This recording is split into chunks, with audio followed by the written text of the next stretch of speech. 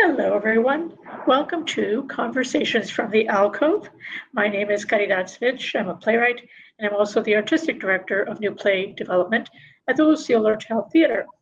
If you haven't been to this series before, it is a conversation series with playwrights and theater makers about art, life, and the world, not necessarily in that order. And today's guest is Zarina Shea. Welcome, Zarina.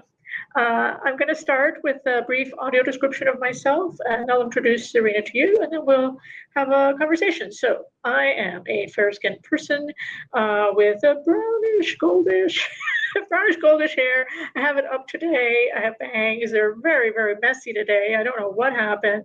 I have roundish glasses that are perched on the tip of my nose, and I have red lipstick on, and I have a polka dot top, black background, white polka dots. Behind me is a real background, not virtual, that is white, but you'll see the outline in a corner of a window with some sort of blinds on them, if you can see that far. More to the point, Zarina. Zarina is a playwright, also an actor, but we'll talk about that at some point during our conversation today. Playwright whose work includes, let's call her Patty, Peggy, Just Up the Road Slightly, I Am Here, Climate Change and Opera. I want to talk about that one. The Part Where Peter Leaves, and Stella Stein. Zarina's work has been produced and or developed by Space at Ryder Farm, BRIC, Berkeley Rep, Club Thumb, Two River Theater, New George's, New York Theater Workshop, Jack, and Actors Theater of Louisville. Many, many things. I won't go into all the credits, but they do have, I'll mention this, an MFA in acting from Brown University and an MFA in playwriting from Brooklyn College. Welcome, Zarina. Thank you. So I start all the conversations with the same question, which is, how is the climate crisis affecting your art practice? Yeah, I mean, I would say that in the most concrete way, my writing practice and my running practice are very entwined, like they're symbiotic. And so it affects like what time I run and therefore what time I write, you know? Like I've always been, right now not as much because it's colder out, but during the summer especially, I'm an early morning person. But when it's like 90 degrees with 100% humidity, like I have to run at 5 a.m. or I'm dead. And normally I would be writing at like 6 or 7 a.m. So in the most like concrete sense, I feel like that's how it affects me. And then otherwise, just that, you know, we all experience every day looking at the news or looking outside. Yeah. Does it affect how you're thinking about making plays or what kind of plays you make? I mean, I feel like when I first, a few years ago now, so I think it was right before the pandemic, I was working on climate change and opera. And at that point, it was kind of all I could think about, which is where that project, like why that project happened. And in a certain way, it's like the crisis has gotten more acute since then, but somehow I don't know, like in spending all the time with the research and with the project itself, then like I got it out of my system creatively. So it doesn't feel, it's not as central to everything else now because it was to that. Yeah, I hear you. Interesting. I wanted to maybe dig into just a little bit here. I'm not putting you on the spot, but more to do with, I guess, you know, my question has to do with the materiality of what we do as playwrights, right? So as playwrights, you know, when we make a play, we can sort of set in motion how it might be realized, for example. So I'll give you an example. So when I have this rider that I've been attaching to my contracts, which have to do with asking theater companies that do my work that they stage things ecologically sustainably, from scenic design to costume to, you know, lighting. I know it may seem like a small thing, but actually it does add up. And so, and that's, you know, but it also, so that's one thing. That's like a practical thing that as playwrights we could do. But there's also that thing of like, how do I approach the page, given that, you know, do I ask for like the big coup de theatre moment, knowing that it might cost, however, you know, wastefulness might incur? So I guess I'm just thinking about like, how do we keep our imaginations open and at the same time deal with we deal in a practical business, right? So the practicalities of what we do. Yeah. In that way, I would say like recycled sets are exciting, and I think less is always more. I really do. Like I can't think of like there's something about uh I mean, I haven't worked with a crazy budget, but I've had some, and I think that restrictions can be really useful. You know, there's a reason that like you do these things, like the exercises that you do in grad school of like do that, like, or the bake off, you know, where it's like, here are your 5 ingredients and you can't do anything else, you know, it's like, that's actually really useful because it, you know, turns on a part of your brain that wouldn't necessarily otherwise be activated. So I feel that way about production values too. I really do. Like, I think that it's exciting. I think that we have to give audiences more credit, and as far as like their imagination is concerned, like, so many people display like the tangible reality. And like part of what's exciting about theater is that we like offer a space for the audience to like co-create with us. And I think that that can also have the benefit of being more, you know, eco-friendly and just sustainable generally, like as producers and as humans on the planet. Yeah, I hear you. I wanted to segue a little bit to questions around home and place, right? So you grew up in Brooklyn partly for a long time. You have a family of storytellers that are from Brooklyn. You know, I'm interested in this notion because I'm somebody that didn't have that experience. So I'm always like, how do people do that? Like they're in one place and they, you know, their family. And of course, I know that you've also lived in many other places, but I wanted to start with the idea of like, being rooted to a community, being rooted to a neighborhood, what that has meant for you as an artist.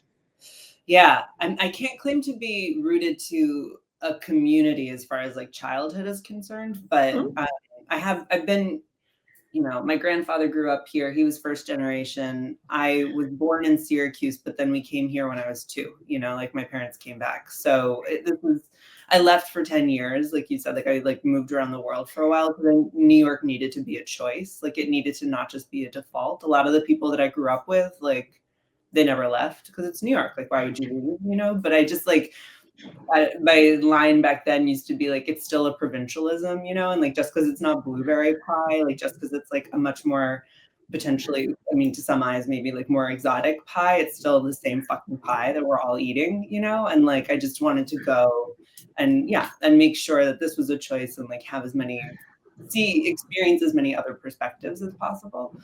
But as far as sorry, so what was the original question?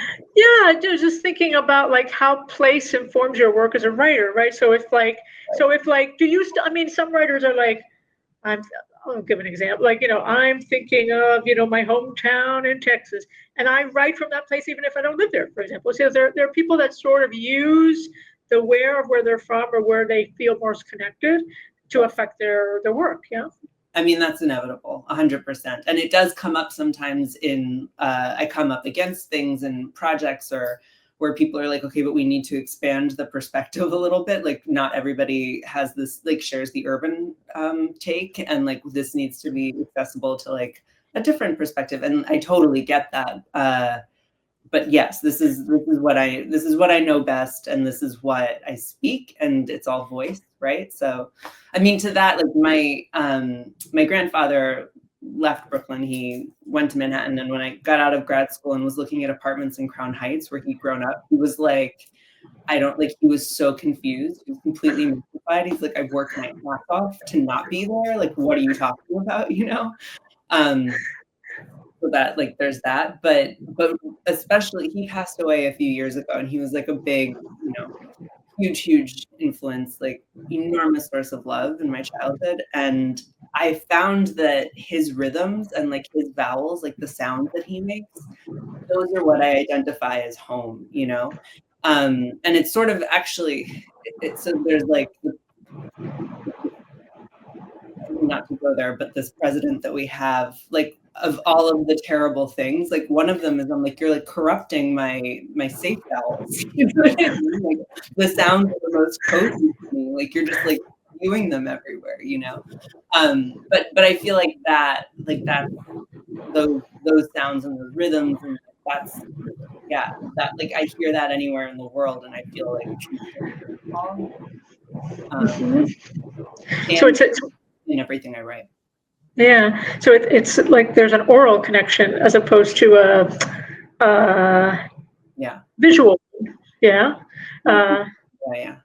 Yeah. So the sound is sort of leading. That's really fascinating. Makes me think about your work and your I mean, we all have attention to language as writers. That's what we do. But I think that your particular poetic sensibility, I think, is governed by sound. And so I wonder if that was always true in your playwriting, and or if that's something you started to develop more recently. I mean, the thing I did first as a tiny person was act, but like right after that, my mom is a writer and she always encouraged, like I had notebooks before I could draw full letters, let alone words. But it was encouraged early on. And so poetry was like the second thing. And then playwriting didn't show up until high school. And it kind of came as like there are these two, there's language and there's performance. And like, this is a place where those two can meet. But honestly, it really wasn't until I got to Brooklyn College and Mac Wellman and Aaron Courtney were like, you can just like write plays in verse, right? I really haven't thought about that, So then I like went hard into it and was like really like everything was rhyming or everything was, I mean, it was all free verse, but it was all like very, very poetic. And then I had a production, I guess, a year and a half ago, and people didn't even realize that it had been written in verse. So it's like I've kind of like come the other way. I guess I've loosened up a little. Yeah.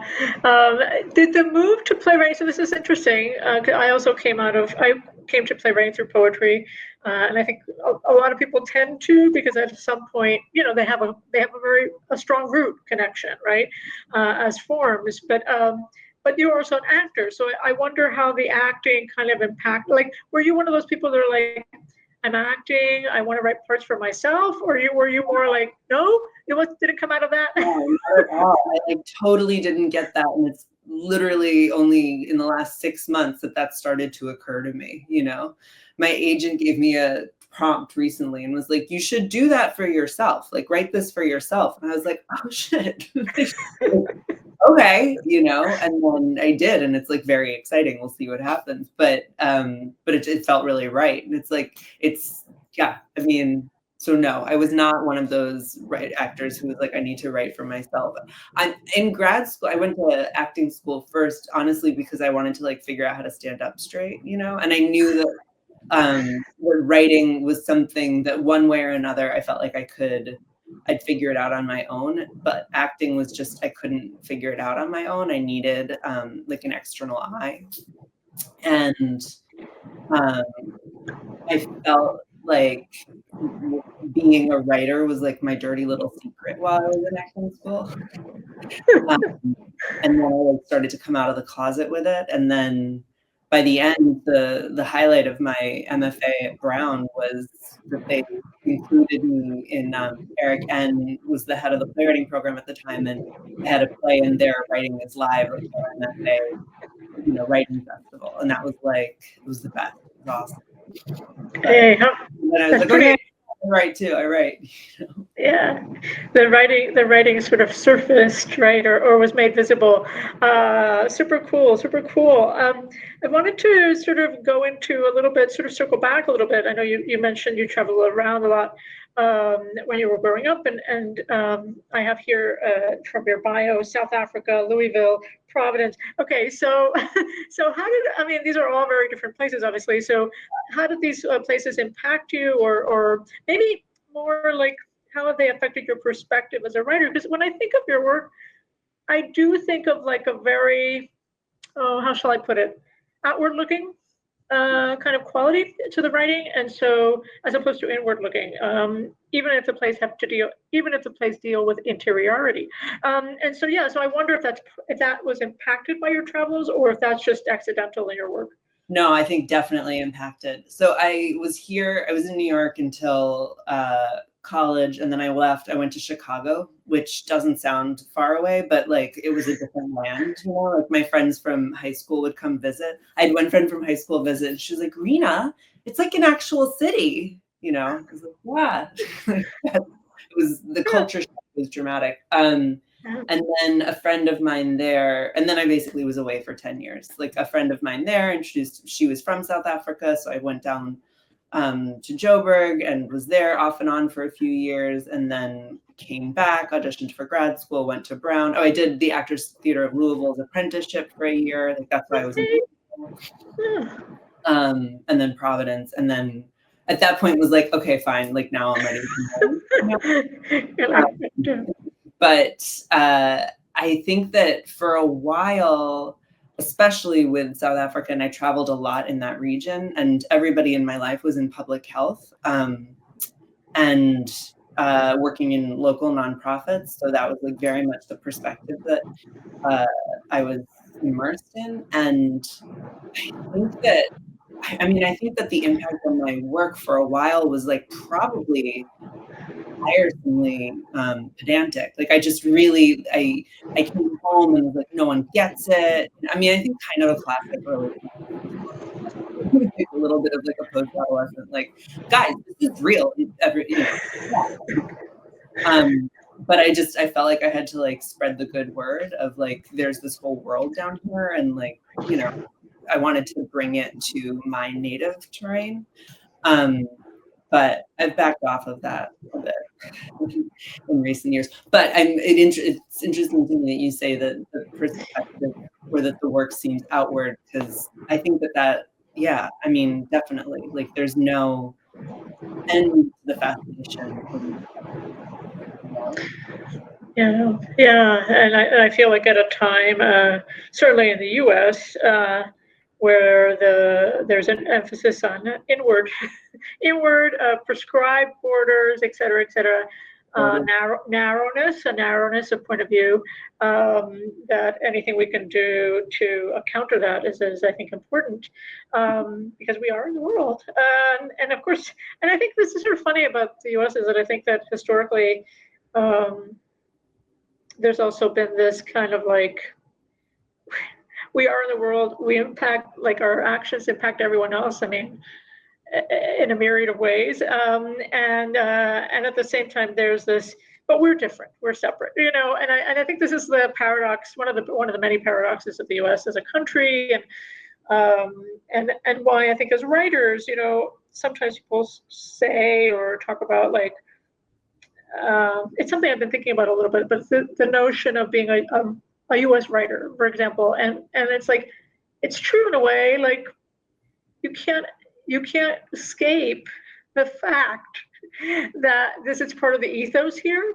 And in a way, you're always I think in some way, shape, or form, even if it's unconscious, you're wrestling with that as an artist. You're kind of going like, wait a minute, actually, but that's not true. Or what are the stories we're not telling about our involvement in other countries and, what we've done, as a country, through our foreign policy, right? So that's something that I'm always thinking about and wondering about. I wonder what subjects you gravitate towards, and then maybe you can enlighten some of our viewers who may not know your work. But like, do you start with theme? Do you start with a topic? Do you start with a character? Where do you sort of, what's your home base when you start working? Yeah, it's different for every piece. I think probably a character and then building a world for that character, or a subject and then building a world for that subject. One of my favorite things about this thing we do is the studying, but like it's an excuse to give yourself like a little master's or like a mini, graduate degree in like whatever you're working on. And I find that, like, I'm a big nerd at heart, and like I love reading and like learning as much as whatever, like absorbing as much of a given thing as I can. So anthropology, I would say, like is and the different, right now, linguistic anthropology, I'm working on a piece about women's health, and I feel like like the study of words and how like the role of words in society and like their impact, and how especially the impact that we don't even necessarily know about, like the invisible impact of how like the words that we use actually form our identity and form our relationship with the world. Dealing with that, I went to Venice a few years ago and happened upon Peggy Guggenheim's house, and then spent like 3 years working on this play about Peggy Guggenheim. It's like the deepest dive into her and like everyone she's ever met and like every artist that ever came after her, and just it was like Peggy Guggenheim, I love this Peggy Guggenheim. Like he was like, at a certain point, I don't know. But it was so fun. I didn't know. I mean, gave myself a little degree in art history, like all this stuff that I had no idea, the origin of abstract expression and like these different, creative movements that have subsequently certainly impacted my own work. So yeah, I basically I follow my obsessions. You follow your nose a little bit. Have you ever been handed a project like, somebody said, write about this, Zarina? No. Has it never been in that situation? No, I wonder about that. I think it would be very exciting. Yeah, there's something. I find limitations exciting. Like, I think that it would be, or restrictions. Like, I like the idea of like having to fill in a thing, Yeah. No, I know restrictions are useful because your imagination has to kind of work around them. And then you're like, okay, how do I figure this puzzle out, basically? But there is something about being handed a project when it comes with, for example, if you're doing adaptations or if you're doing or something that already has a treatment, right? And then you're kind of like working on it, that it didn't start from you, that you're kind of having to like find your way through that I think is interesting from a writer's perspective. I hope you get that opportunity someday, even if it's not to your like, you know what I mean? Some people like that and some people don't, Really cool, yeah. Yeah, it's fun. And there's also, I wanted to touch on the role of women in your writing, and not to make it all about women, but I do feel like you which is totally fine, but you tend to center women characters as your protagonists, and their wants, desires, needs, all those things. And so I wonder if that's how much of that is you like, yes, I really want to write parts for amazing actors to play, but also if that's since you do follow your nose as a writer, is that like a conscious thing that you give yourself, or is that more like not at all? Not even a little bit. It is entirely accidental. It's just what's been coming up. And I realized I just started work on a new project where the protagonist is a man, and I'm like, oh, cool, this is new. Like, this is different. How fun, And even had a brief moment of like, well, should it be a woman? It's like, okay. The second I hear, like, the second my inner voice starts using the word should, I know that I'm like on the wrong track, Right. No, it's strictly accidental, and I think it must just be a product of like writing what you know, or again, like it's just the the powerful figures that I'm drawn to, or the voices, because the character always comes from a voice. Usually, like there's like a sentence or like something like so specific, like a cadence that will trigger all of this stuff for me, and that's where it gets started. And more often than not, they've just been women lately. And I also I'm just increasingly aware of what it means to be a woman in the world, and that's my experience. Again, following my obsessions, I've just been like, this is kind of crazy. Yeah.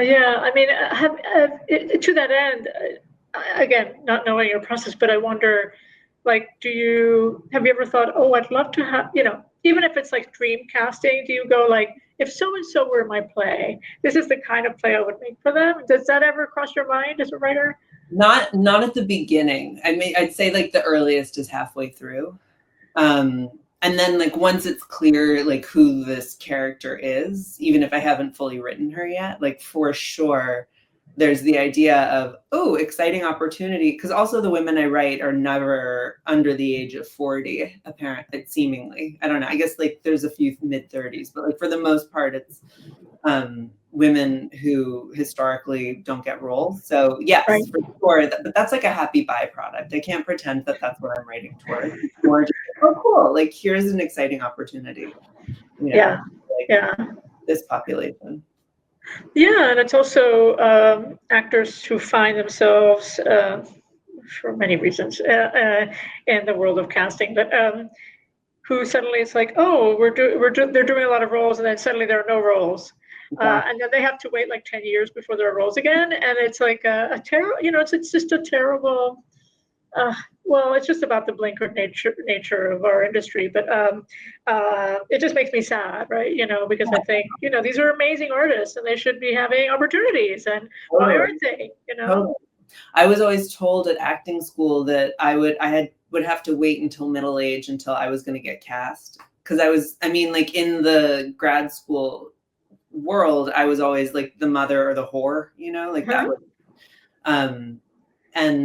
and I was like ancient, very young, like as a kid, I felt like my spirit age was 83. And I guess that like I never like looked young. Like it was just never like, I just didn't do youth, and that was apparently physically apparent. And it was just like, well, there's no roles for me now. Like you're going to have to wait, like, but you'll benefit from that sweet spot, I mean, it's a weird thing. It's a weird thing being a woman. It's very, very strange. Speaking of actor training, I wonder, was it, because that program has undergone so many iterations, and now I'm sure you've heard that it's pausing. I don't know if you saw that news that Trinity Rep and Brown are doing an indefinite pause in their acting and directing program. So it does feel like maybe it's a time to assess, like, the history of that training and so forth. But I wonder, like, as an actor in that program, like, what were the driving forces that shaped the way you thought about structure, about form? Because I do think that actors think about that. It's not just like, what am I feeling? And how you approach text. And so I wonder if you could speak to that. Yeah, and pacing. I feel like pacing is a big part of it. The people that were in charge of the program when I was there were very much, it was like, it sort of stopped at Edward Albee. It was like everything before Edward Albee, which meant a lot of time with Shakespeare, which was like awesome. And then for the newer stuff, which wasn't their thing, Eric N showed up. And so that was like, great exposure there. But as far as the training itself influencing the work, the voice teacher was just a magical human. And oh man, like the amount that I learned from him, and like how much of it, not even in acting, just like as a human in the world, but like so much is about, I mean, less how to think of structure and more how to make the page approachable to a performer, It's like, because so much of my stuff is rhythmic and like the line breaks serve a real purpose, so it's like how to help an actor along, like towards the destination. Yeah.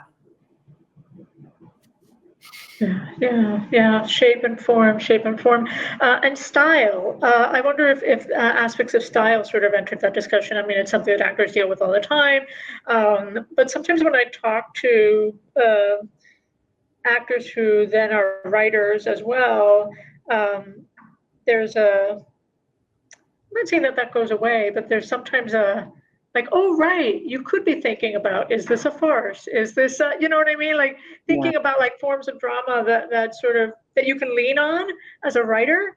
And I wonder if that factors into how you think about your work. No, but it will now. It's just like a fun thing. I mean, I think partly, it's not something that I thought about when I started writing, but I remember being in a rehearsal situation with a director with one of my shows, and we were just working on the play, and he did this exercise, and interestingly, he actually studied at Brown as a director, and we were in rehearsal, and he said, we were running through a scene, and he was like, he told the actors to run it 5 different ways, through 3 different styles. Like he said, do this as expressionism, do this as blah, blah, blah, do this as a, and nobody had ever done that before in my work. I'd never been in that kind of situation before as a writer, like seeing that happen as a writer. Yeah. And I suddenly was like, oh, wow. Like, this is so, like, it was a rehearsal exercise to explore the dynamics of the scene. But then from a writing point of view, because I was watching it happen, I was like, oh, this is such a cool, wait a minute, this is Yeah. kind of like an interesting thing to do. Like to think, if I'm going to take the scene or a series of scenes and flip them like 5 different ways, what kind of play do I have, right? Like, and which one do I want to choose in a weird way? And it sort of opened me up to that kind of thinking, which should have been obvious, maybe, I suppose, but it had never occurred to me before. And so it's gotten me thinking about like how styles can affect, right, like what you do. Totally. No, that's really interesting. I'm going to think about that moving forward. Thank you. Yeah, totally. I wanted to sort of look at like times of day. You mentioned you're a morning writer. I seem to have gathered that. Was that always true? Was it, some writers are like obsessively night owls. Other people are like, don't bother me from the hours of blah blah blah to blah blah blah. So how do you structure your time if you're indeed a morning writer? Yeah. My natural clock is the farm. Like I'm not supposed to be a farmer because I'm very much a city kid, but like my inner clock is like, I keep farmer's hours, like if I had my way, I'd go to bed at 9 every night and like be up at 5, but I have chronic insomnia and I live in the world. And so that those two things impede my natural rhythms a bit.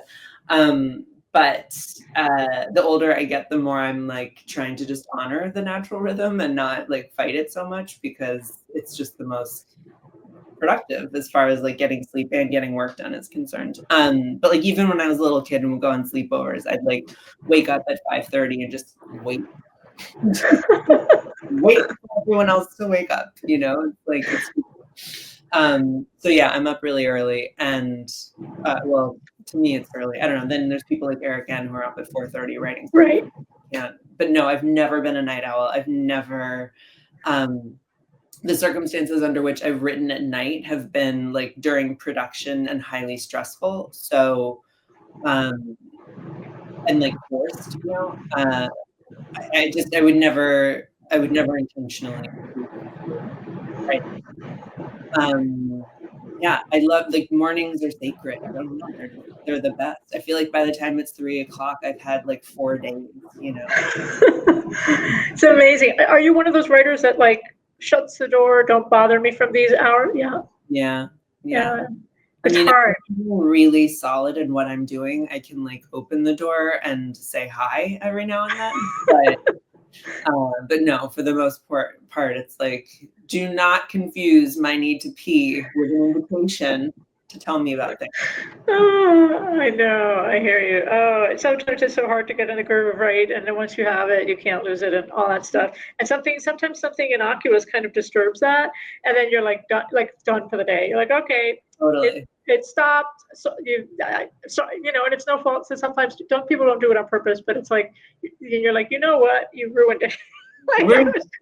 No, our neighbors are doing this like endless renovation, and it's just like, oh my gosh. But totally. Yeah, I wanted to ask what you're like in a production situation as a writer, because I know some playwrights are hands off, they run away. So I'll see you at opening. What are you like when you're in a rehearsal process?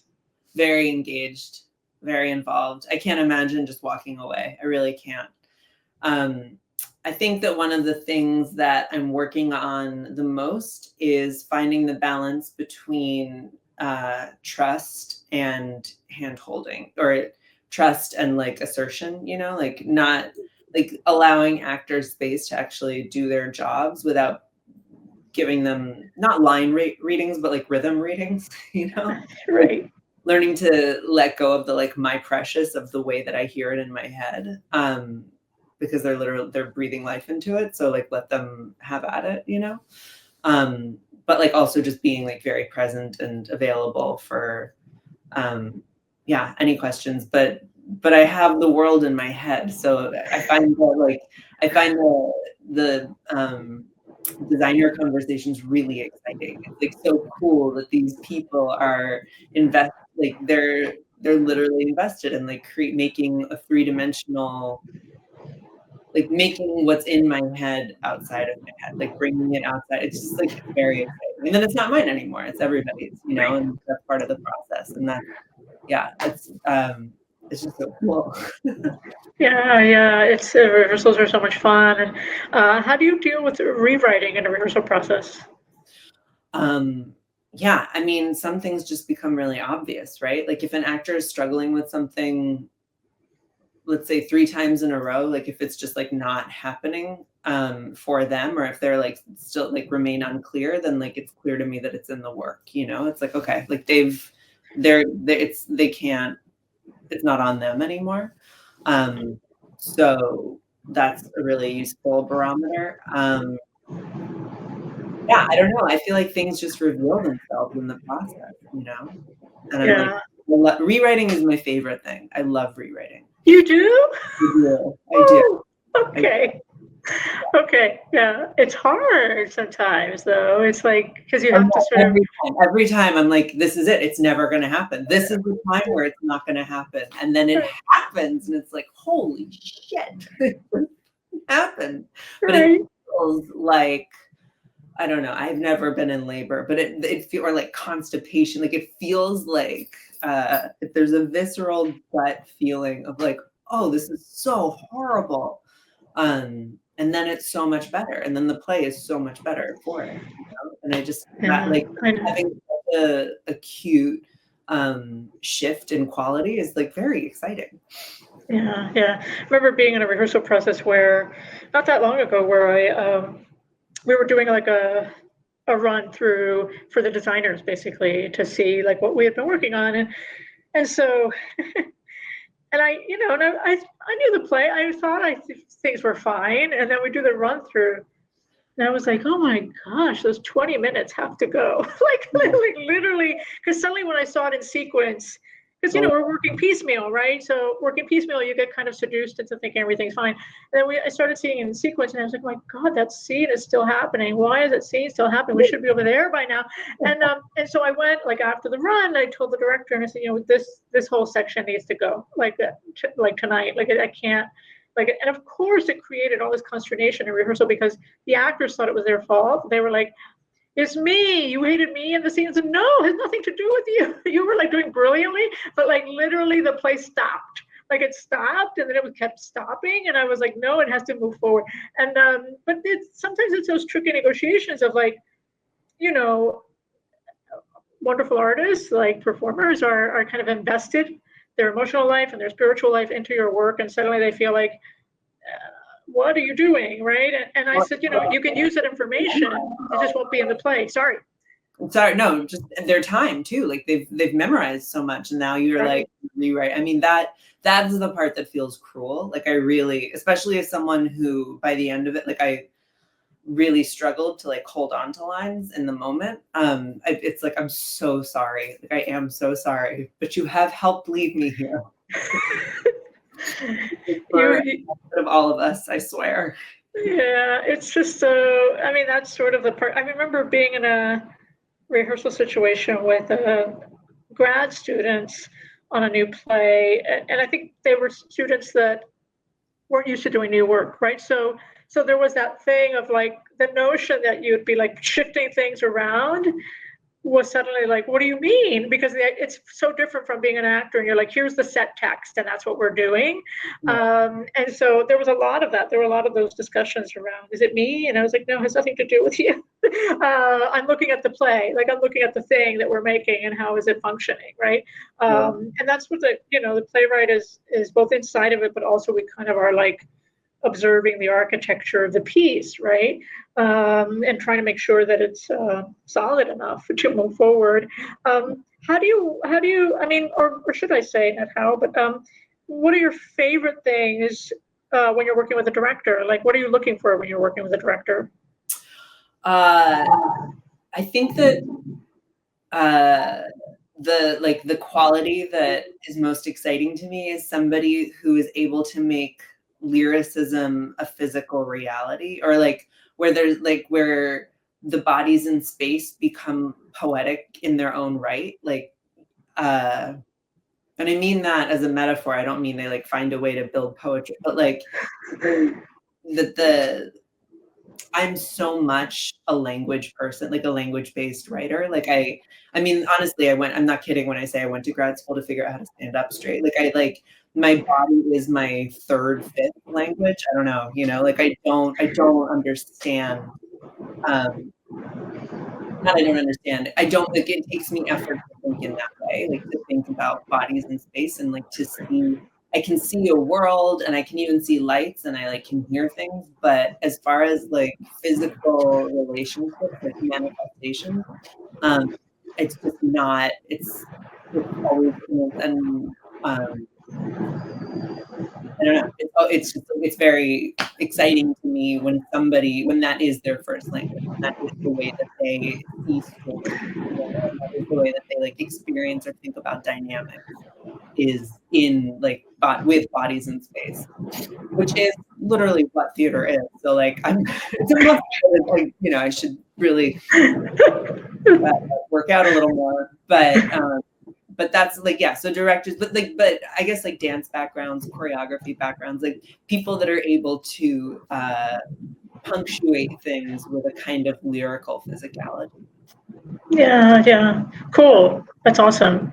Yeah, and are there sometimes I do this game sometimes where, well, that's not a game, but I call it a game, where I'll see a show, and if I may not know the artists involved, but this is going to sound odd, but and then I try to write something inspired by like the scenic design of that show or some aspect of movement about that show. And like seeing a lot of dance, for example, sometimes I'll be like, if this play were a dance by Hofeschecter, what would this play do? Right? You know what I mean? And so, and for me, that's more liberating sometimes, even though I'm a total word person, like than seeing something that's language heavy, because I get a little bit, because it just gets in my head, to be honest. And so I'm looking for things that kind of don't do that. So again, and then working with directors that are excited by the idea of the extrapolation from the text, as opposed to kind of just being, literal with what's right there, Totally. No, exactly. Yes, exactly. That's really well put. And that's a really cool exercise to give yourself that. I love that. Yeah. I mean, it's something that I've observed, that I've become aware of, is that I'm quite literal. And yeah. So yes, what you just said. No, it's all good. I want to talk about dreams that you might have for the field. The field is in disarray, but we should be dreaming, I think, still somehow. And I guess what dreams are sort of alighting for you? I mean, a dream in which like what we do is, supported by our government. That would be. I mean, honestly, the big thing for me is accessibility. And like, that's why like TV, like what is interesting to me about TV is that everyone can access it. I mean, everyone, but like people with like, it's so much more readily available. Of course. And theater it's so exciting, and it's such a specific flavor. Like my husband comes from not this world at all. And so like watching him be introduced to it and like take it in and experience it as a complete newbie is like really cool. Because I think that there's like the whole thing around theater of it being kind of precious or not for the masses, or like we're navel gazing or we're preaching to the choir. I mean, in order to like get a ticket, you have to tell about it. It's just like there's so many ways in which theater is so self-selective, and I think that sucks. I think that like, so my dreams involve like availability and accessibility, and without making theater like dogmatic or propaganda or even frankly activism. It's less about like a message and more about it normalizing the experience of seeing the work of theater. Yeah, it's two things around that. Yes, very beautifully put. I mean, I was thinking about just the other day, the Donmar Warehouse filmed their production of the Scottish play, the one that starred David Tennant and Cush Jumbo, and so it's screening in theaters and in cinemas in the UK, and they posted online, they said it's the #1 at the box office. And I was like, there you are. It's a play. Yeah. It's a play. They filmed it on the Donmar stage, and it's #1, you know. And of course, I know the draw is David Tennant and Cush, but at the same time, it's bringing people into the art form. You know, it's making people aware of what we do, which, you know, there is an artistry to theater. And I think that why deprive people of access to what the hell we do? You know, I just think it's sort of a funny thing, the preciousness around, oh, you know, you have to be in the thing. And I'm like, yeah, but nobody knows what we're doing. Like, and you don't. Like, you don't. I mean, I've watched my husband do like was a construction worker, you know, like that is his trade. And he like watch him take in Shakespeare and be like, oh shit, this is not like he gets it. You know what I mean? Like you don't have to, like have a background in this stuff. That's the whole thing, you know. So yeah. And the times that I've spent in London, which are a few years ago now, but like we're, you know, months at a time, and just like the tickets, and now I think they're more expensive, but at the time it was like there was, I mean, I could see a play like multiple times. You know, I saw a Scottish play, I saw like a bunch of things that I loved so much that I went back a couple times, and like all for the cost of, you know, one off-Broadway ticket. Like it just, yeah. It makes a difference. It really makes a difference, you know, and access, yeah. Availability, affordability. There's so many things around. There's so many things we can do. We are in the 21st century. Like, I don't know. We shouldn't be we shouldn't be playing by 19th century rules if we're in the 21st. So it sort of boggles the mind sometimes for me to think about, like, we could just like do stuff and like make it accessible, and like, and it's fine. And it doesn't deprive people from wanting, you know, it's like concerts or recording. You know, I always make that analogy of like, people will listen to the recording or stream it, however they experience it, and then they'll also go see the concert, right, live. And it's like that, to me, that's the same thing with theater, right? It's like you can see the film thing, or you can see a hybrid version, or you can see it, you know, however it manifests. And then you can also be like, I can't wait to see it in person, right? Like, they don't negate each other. They're actually a yes and. So it's I don't know why our industry is so, I mean, part of it I think has to do with union stuff, but our industry is very blinkered about this. And I think it's to the detriment of us all, to be honest, because I feel like, you know, there's nothing more beautiful than sharing the work, right? Like, I think that's why we do it. Like, that's why it's not journals. Like, we're not writing in our journals. Yeah. We want to share it with people so people can see it and can have an experience. Oh my heavens. But I also think that it's so brutal working in theater. Like, it's so brutal that, and I know that I've suffered from this myself, that it's easy to fall into a, like, you know, not holier than thou, but like definitely like having a chip on the shoulder, like a little pride, and like I have survived this, or like I've gotten this far, and like this is special, this is unique, like this cannot be translated into another, like, what have I suffered for if it could just as easily be filmed? Like, I feel like that's sometimes an argument, and it's like, it's fine. Just get it out there, just share it. Just share it. And of course the impact of that, you know, I think about like when people, oh gosh, I was talking to someone and they said, you know, they were living somewhere where there was no access to theater, you know, there was no access to theater, right? Like to professional theater, et cetera. And they said, you know, they used to watch like clips on the Tony Award, right? And they'd be like, oh, I wonder what that's like. I love that. You know what I mean? And that became, but literally like just a segment would like alight their imagination. And I was just like, see what we can do. Like, that's why people, like, you know, that's what we want, right? Like, we want people to be thrilled by this very different, weird thing that we do, which is called theater, which is also a very old thing, right? Like, it's an ancient form. Yeah, it's survived. Like, it'll be fine. Keep going. Exactly. Well, on that note, it's a beautiful note to end on. Keep going indeed. Thank you so much, Zarina, for making the time today and being a guest on this series. For those of you that are watching somewhere in the universe, as you know, I say so long, but then I stay online a little bit, offline online, with our guests to say another so long in private. But for now, so long to you out there, and welcome back to Conversation from the Alcove in the Future. So long, guys. Yeah.